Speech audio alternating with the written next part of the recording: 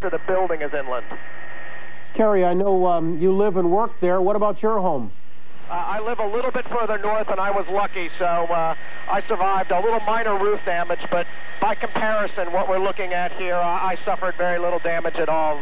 And a lot of people are doing that. They're living by comparison. They're looking at their homes here, and the folks down here are feeling grateful because the folks further south are in worse shape. I understand. Kerry Sanders, thank you. 22 past. We're back after this. Of thousands of them homeless and many more with homes that are very badly damaged.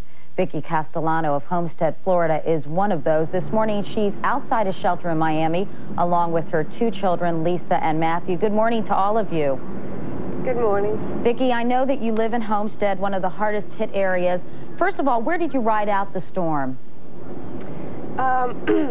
We were told to evacuate immediately, so we did, and I went to my sister's house, which is a little further west.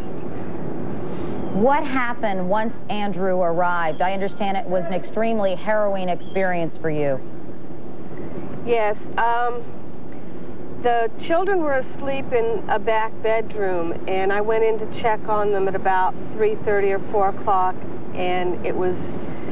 I could tell from the wind, the sound of the rain and everything that it was getting really bad. I didn't feel comfortable with them being in there, so I moved them out to the hall with my niece and her children and my nephew and my sister and my mother and my father. We all moved out into the hallway for a while, and then the insulation started coming. A bathroom window broke. The bedroom window broke where the children were sleeping, and I guess the insulation from the attic crawl space started falling all over us. So I said, why don't we move into the master bedroom closet? And that's where we ended up riding out the storm. There were 11 of us in a kind of a walk-in closet area. 11 people in a closet, including a 2-month-old infant. 2-day-old infant. 2-day-old infant, my goodness. 2 days. How did the baby do? He slept through the whole thing. What happened to your sister's house after the hurricane hit? She lost half of her roof in the back part of the house, off of the utility room, the one back bedroom, and the dining room area. What happened to your home, Vicki? I lived in a 2-story townhome, and the whole top floor, the roof went, and the whole top floor, as far as I can see, is pretty much demolished. Will you be able to move back into that home, or will you have to move elsewhere?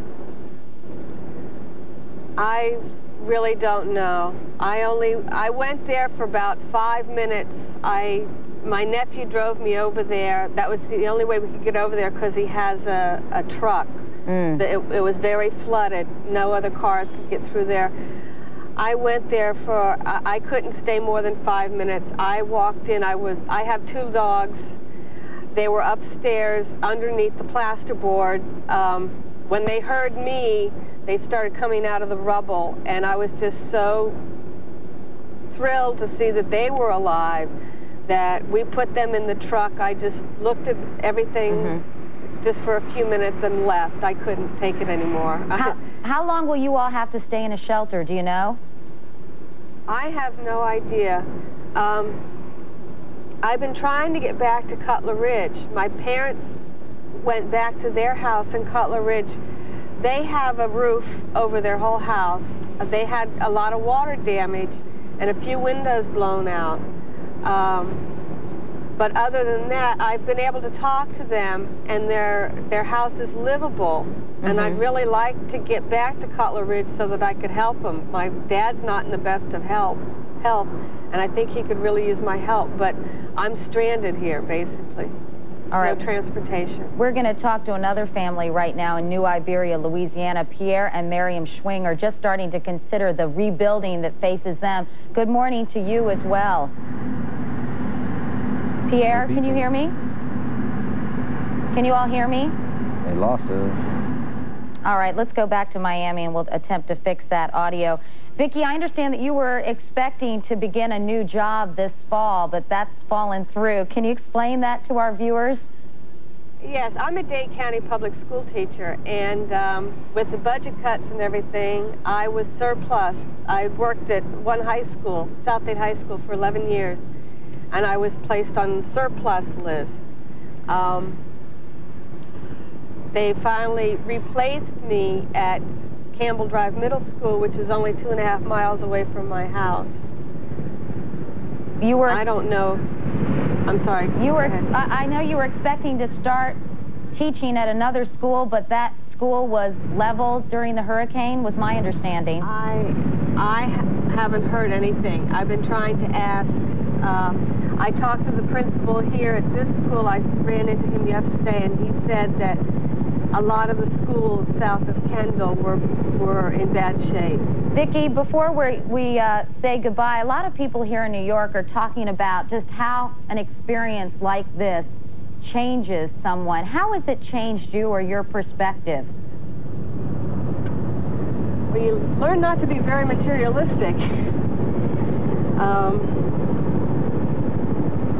You learn not to take things for granted anymore. I guess so. I'm sorry, go ahead. My son's birthday is in about 3 weeks, and he was hoping for a new bicycle, but right now he'll just be happy with a pack of crayons. Well, I hope he has a good birthday anyway. I know this is a very tough time for you and your kids.